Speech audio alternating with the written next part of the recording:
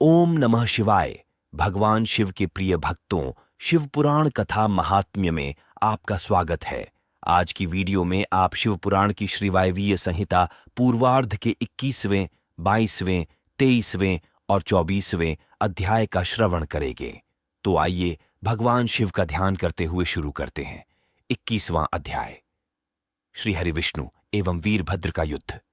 वायुदेव बोले, हे मुनियों, वीरभद्र एवं उनके गणों का उपद्रव देखकर सभी देवता भयभीत होकर इधर उधर भागने लगे, परंतु वीरभद्र का संकेत समझकर उनके गणों ने सभी को चारों ओर से घेर लिया।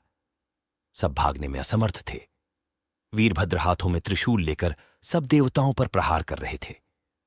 वीरभद्र ने सरस्वती की नासिका, अदिति का हाथ, अग्नि की बाहु, भगदेव की आंखें, पूषा के दांत तोड़कर घायल कर दिया। इस प्रकार का दृश्य देखकर सभी भयभीत थे। दक्ष ने श्रीहरि विष्णु से यज्ञ की रक्षा करने की प्रार्थना की। तब भगवान विष्णु वीरभद्र के साथ युद्ध करने के लिए आगे आए। तभी वीरभद्र के सामने एक दिव्य रथ आ गया। उसी समय शंख बजने लगे। युद्ध का आरंभ होने पर सब देवता एवं ऋषिगण वहां वीरभद्र और श्रीहरि विष्णु का युद्ध देखने लगे। श्रीहरि ने शार्गन धनुष पर बाण चढ़ाकर वीरभद्र पर प्रहार किया तो वीरभद्र ने भी अपने धनुष पर टंकार की। दोनों ओर से भयानक बाण वर्षा होने लगी। वीरभद्र द्वारा चलाए गए एक भयानक तीर ने श्रीहरि विष्णु को मूर्छित कर दिया। वे पृथ्वी पर गिर पड़े ढे। कुछ देर पश्चात होश में आने पर वे पुनः युद्ध करने लगे। वीरभद्र ने विष्णु जी के सभी वारों को बेकार कर दिया। फिर विष्णु जी व उनके वाहन गरुड़ को भी घायल कर दिया।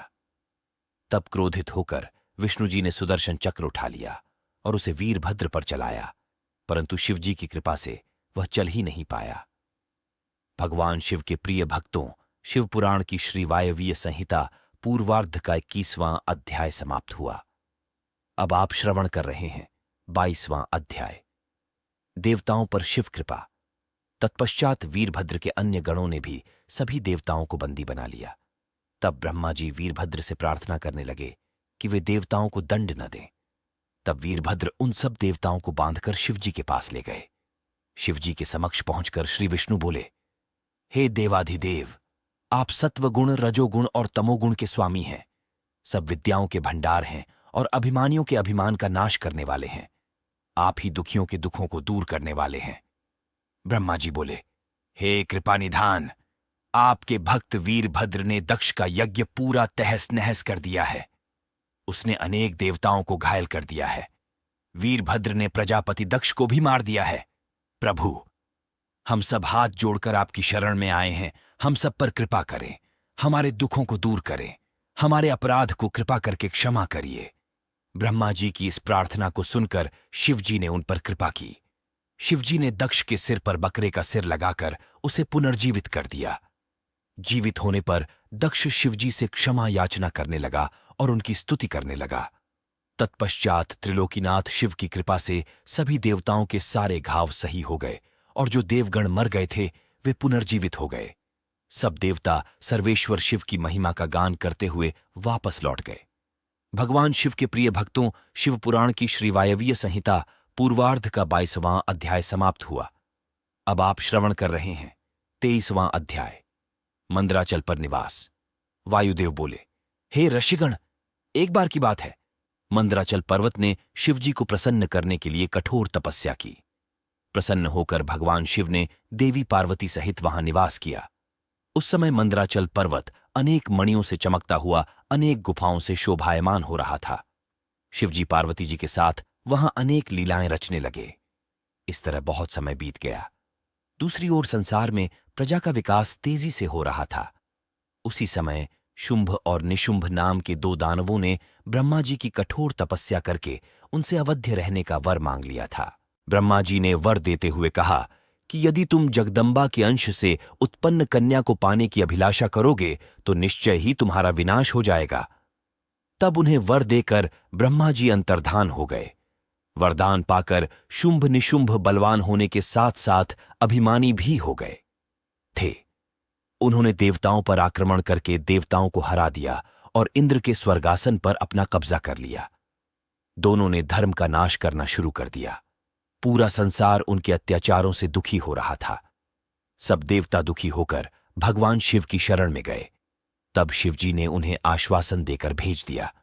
इस कार्य को करने के लिए देवी पार्वती को क्रुद्ध करना आवश्यक था, इसलिए शिवजी ने स्त्रियों की बुराई करनी शुरू कर दी। तब क्रोधित होकर देवी बोली, स्वामी, आपको मेरा सांवला रंग नहीं सुहाता है, इसलिए आप ऐसी बातें कर रहे हैं। अब मैं जा रही हूं और ब्रह्मा जी की तपस्या करूंगी। यह कहकर क्रोधित देवी पार्वती वहां से चली गई। भगवान शिव के प्रिय भक्तों, शिव पुराण की श्री वायवीय संहिता पूर्वार्ध का 23वां अध्याय समाप्त हुआ। अब आप श्रवण कर रहे हैं 24वां अध्याय, कालिका उत्पत्ति। वायुदेव बोले। इस प्रकार क्रोधित होकर देवी वहां से चली गईं। फिर वे अपने माता पिता से मिलने के लिए हिमालय पहुंची और फिर उनका आशीर्वाद लेकर तपस्या करने के लिए चली गईं। परम दिव्य और मनोरम स्थान देखकर वे तपस्या में बैठ गईं। वे प्रतिदिन स्नान करके धूप दीप आदि से पूजन करतीं और मन में ब्रह्मा जी का स्मरण करते हुए उनकी आराधना करनी आरंभ कर दी। एक दिन भगवती तपस्या में लीन थीं। उसी समय एक उग्र सिंह वहां आ गया, परंतु देवी के तेज के प्रभाव से वह आगे न बढ़ सका। वह दिन रात मूर्ति बनकर वहीं देवी के सामने खड़ा रहा।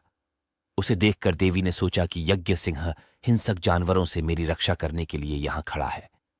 देवी की कृपा दृष्टि से वह सिंह पापों से मुक्त हो गया और देवी की सेवा में लग गया। दूसरी ओर सभी देवता दैत्यों द्वारा किए जा रहे उपद्रवों से बहुत दुखी थे। बहुत दुखी होकर वे सभी ब्रह्मा जी की शरण में गए और उन्हें अपना दुखड़ा सुनाया। देवताओं को सहायता का आश्वासन देकर ब्रह्मा जी देवी के समक्ष पहुंचे। देवी कठोर तपस्या में लीन थीं। ब्रह्मा जी को इस प्रकार सामने पाकर देवी ने प्रणाम किया। तब ब्रह्मा जी बोले, हे भगवती, आप तो सबका कल्याण करने वाली तथा सभी तपस्याओं का फल देने वाली हैं। फिर आप इस तरह कठोर तपस्या क्यों कर रही हैं? ब्रह्मा जी के पूछे प्रश्न का उत्तर देते हुए देवी बोली, हे ब्रह्मा जी, सृष्टि के आरंभ में आप भगवान शिव से उत्पन्न हुए हैं, इसलिए आप मेरे पुत्र हैं। प्रजावृद्धि के लिए भगवान रुद्र आपके मस्तक से प्रकट हुए, इसलिए आप मेरे ससुर हैं। अपना दुख आपको बताकर मैं उससे मुक्त होना चाहती हूं। मैं अपना काले रंग का शरीर त्याग कर गोरी बनना चाहती हूं। तब ब्रह्मा जी ने कहा, हे देवी, जैसा आप चाहती हैं वैसा ही होगा। आप अपने काले वर्ण का त्याग कर गौरवर्ण धारण करें। देवी आपका वही काला वर्ण दैत्यराज शुंभ निशुंभ का वध करके इस संसार को उनके पापों से मुक्त करेगा। तभी देवी ने काले रंग का त्याग कर गोरा रंग धारण कर लिया। भगवती के काले वर्ण से मेघों के समान श्याम वर्णी कौशिकी नामक कन्या उत्पन्न हुई। वह योगिनी अष्टभुजा वाली तथा शंख चक्र एवं त्रिशूल आदि आयुधों से सुशोभित थी। ब्रह्मा जी ने देवी कौशिकी को शुंभ निशुंभ का वध करने के लिए शक्ति प्रदान की। तब देवी कौशिकी ब्रह्मा जी व देवी को प्रणाम कर विंध्याचल पहुंची। उन्होंने शुंभ निशुंभ का वध कर देवताओं को सुखी कर दिया। भगवान शिव के प्रिय भक्तों, शिव पुराण की श्री वायवीय संहिता पूर्वार्ध का 24वां अध्याय समाप्त हुआ। अगले भाग में आप श्री वायवीय संहिता पूर्वार्ध के 25वें अध्याय का श्रवण करेंगे।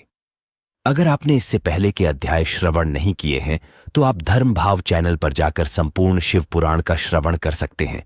वीडियो पसंद आई हो तो वीडियो लाइक जरूर करें, और अगर आपने चैनल को सब्सक्राइब नहीं किया हो तो चैनल को सब्सक्राइब कर बेल आइकन दबाना ना भूलें, ताकि आने वाली वीडियो सबसे पहले आपको मिल सके। हर हर महादेव।